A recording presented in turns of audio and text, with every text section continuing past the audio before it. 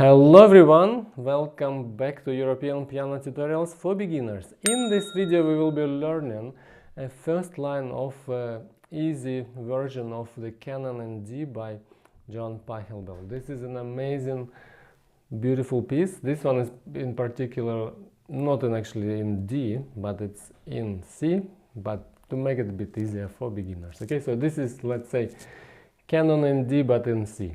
Alright, and it's very easy version. Today we're going to do just the first line. I'll play it for you first, and then we will do just separate hands of the first line.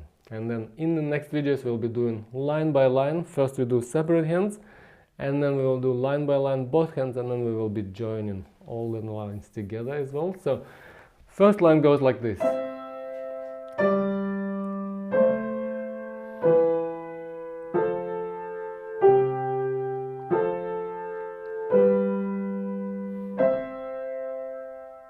There. So this is our task for today. It's always good to split the pieces into sections and learn every section right, then you do the next section. That's why I want to, show you by doing it in the video. So each little video will be just for one section. And at first when you start, you can play the whole piece, just to get accustomed with it. Just sight read it through with right hand and left hand, but then just narrow down your focus on one little part, master it, then you go next part, master it, then connect two parts together, like first two lines, let's say, then next, and three lines, next, and four lines, so on. Okay, so today, first we're going to do right hand. We start with finger 5 on the E, and this is E above the middle C, like one octave up. So middle C is here, then we go another C, then 5 on E above that next C after the middle C. So 5 on E, then 4 on D, then 3 on C, 2 on B,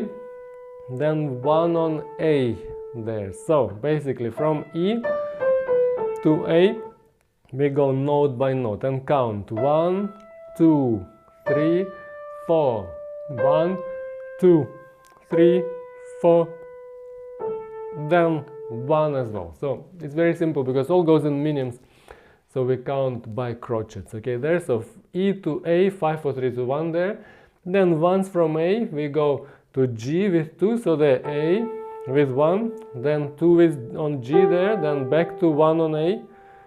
See, you stay with 1 under, so you go 1 on A, then 2 on G, but 1 just stays on A. Don't move the 1 there, once you play G. Sometimes people play 2 and then we move 1 there, so no, don't do that. So you go 1 on A, then 2 on G, then 1 still on A, 1 on A, then 2 prepares on B early C, and then we finish at the beginning of second line and play 3, 5 on C, E, like that together. See, you prepare all the fingers in advance. Always remember, like I always say to everyone, like every time, almost in every lesson, always, if people don't do it, but like always prepare your fingers on the next keys and immediately relax after playing the keys. Like not forcing, not pressing anything, but just like you pressed them and immediately relax. And always be prepared, think what's next. So that means like every time you play C, the next finger is already waiting for its turn. It's not like wandering around somewhere, but it's above the next key in advance. That's so important. Always think about it.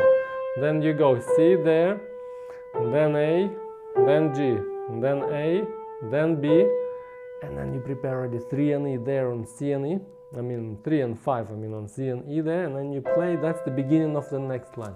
You always want to finish on the beginning of next section because that will allow you to connect sections easier later, so it's like they overlap, like that, not finishing like with the space between them, but they like connect. So you start on the beginning of first line and stop on the first note of second line. So when you finish the line, then you always play in that first note of second line. So once you will combine the lines together, connect them all together, or join them all together, you will know like the lines, how they will naturally flow to the next lines, because you have that hook point like between lines, so to speak. It's like kind of that, how the joints between the trains work, like that, between the carriages in the train, like that kind of thing, that's the connecting point, like a hook. Because sometimes when you just stop at the end of lines, then you do next lines and it's not gonna click. Sometimes you'll lose the order of lines, but this way, if you always hook it to the next beginning of next line, you will associate the first line always will go to the beginning of the second line. And once you start second line from there, you already know it will trigger in your memory that second line. Then you start with first note of third line, and it will trigger the third line, and so on. So always remember, it's very important to stop on 1 or 2 extra notes of next little section that you're doing. Now we're just doing one line, so we will be stopping on the just first note of next line. It's enough, one note, just to trigger that reaction or chain reaction of memory going on to the second line later. So now again, from the beginning, right hand goes, so 5 on E, 4 on D, 3 on C, 2 on B, 1 on A, 2 on G, then 1 on A again, then 2 on B, and then 3, 5 on C and E there, like that. And a little bit slower with counting. We go 1, 2, 1, 2, 1, 2, 1, 2, 1, 2. Remember, always prepared. 1, 2, there. 1, 2. See, 2 counts on each note. 2, 1, 2. You can count by 1, 2, so you give every minute 2 crotchets, but also you can count till 4 in every bar and do it like that, like 1, 2, then 3, 4, because every bar has 4 crotchets in it, which is 4 timing. So 1, 2, 1, 2, then 1, 2, 1, 2, then 1, 2, 1, 2, and then finish with that 3, 5. Always prepared on the next, like you wait for the next. Okay, and last time, so 5 on E, 4 on D, 3 on C, 2 on B, 1 on A. Think what's next. 2 on G, 1 on A, 2 on B, and then 3, 5 on C and E at the end there. Okay, and when you play, just always feel like you're like in love with this piece and you love every note. You know, you play that E and you feel like light and like elevated. It's such a beautiful piece. It has this like kind of mood of kind of like flying above the ground, if you know what I mean. It's just like you fly with it and you just play it for fun, you know, like meditate on it and get the feelings out of you, like feel something that, you know, it's very subjective what it can make you feel, but feel something like there is a flow of this energy going forward and you feel how the notes go on, you know, and then you just hear them. And it's amazing how our, you know, ears and our brains can make us feel things through just sounds.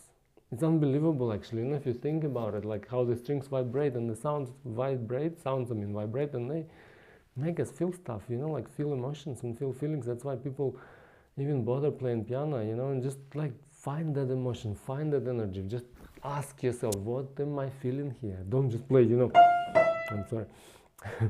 Don't just play like, you know, what is that? You know, don't be like that. Don't smash the piano. Just always elevate yourself above. It's like you meditate and you go into this bliss zone, you know. Watch Glenn Gould's video if you like see how he completely goes in love with like every single note that he plays. It's unbelievable. You know, he's like one of those guys that I think he just had this kinesthetic feeling from the notes, like he will play and he just goes into the world of like paradisical ecstasy of, you know, enjoying every single note, every single sound, every single emotion in the music, and like he just brought the whole worlds of emotion, of feelings, of just, you know, depth into every note he plays. But just always search for your meaning and then you will find it gradually. Okay, at first it may seem like, oh, it's empty, like E, D, what is that, you know, but if you like ask yourself, inquire for the meaning and always like feel like, I want to find that beauty in it and I want to enjoy it, you will gradually start doing it, start enjoying it, and you will see the feelings will gradually start coming to you if you keep looking for them. So now that was with right hand, so you just keep playing that right hand, stopping on that C and E until you know it consistently without mistakes. And now with left hand we go middle C on finger 1 there, then 3 on G, then 1 on A, then 3 on E. See, you prepare in advance, then 2 on F, then 5 on C, then 3 on F, then 2 on G, and back to 1 on C there, like that. And again, I'll show you whole line again. So 1 on C, 3 on G, then 1 on A there, 3 on E, and 2 counts each, remember, same as in right, then 2 on F, 5 on C there, and then 3 on F. C, prepare in advance. 2 on G, 1 on C. C, prepared. Now, without naming the notes and fingers, you go 1, 2, 3, 4. 1, 2, 3, 4. And feel the flow. 2, 3, 4. 1, 2, 3, 4. Then 1. And feel how, like, imagine you play cello there, you know, this, it's like, you know, you go, see, later you can go a little bit faster, and how the music has this flow, like natural energy. It's like you, once you start it, it's like a chain reaction goes into it, and you cannot stop it, like it takes you, like music takes you with it. It's like, not like you start in it and it just falls apart, you have to start it. And already you feel it goes there, you know, goes there, and then there, forward. So with left you go, see, next, it's like you feel how the notes, they flow into the next note, you feel there, see, then here, you prepare and you wait for the next notes in advance, above the notes, with your fingers prepared above the keys, and then 1 there, okay, and just go for it, like with your emotions, with your feelings, always prepare the next notes, and immediately relax after you press in the previous notes. Always play with your soft fingers under the nails there, with higher wrists. Wrists should be above the black keys.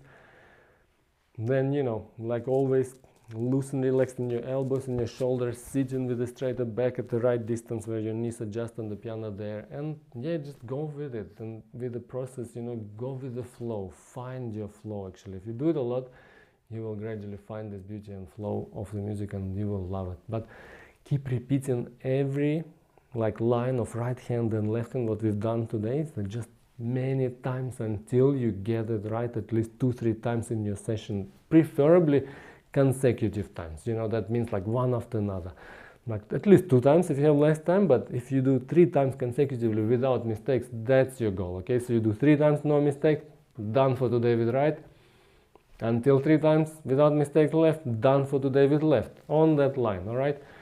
And then this will be all for this video, actually, because that's I wanted to make it in a shorter little like episode, so you know how you can focus on a little task, master it, and then come back and look up for the video 2 of this Pachelbel's Canon in D but in C for very beginners, very easy version, and then you go on to the next line, and then we'll do line by line like that. Next video we'll be doing 2nd line, then next video 3rd line, we'll do line by line, and then we'll combine the lines together.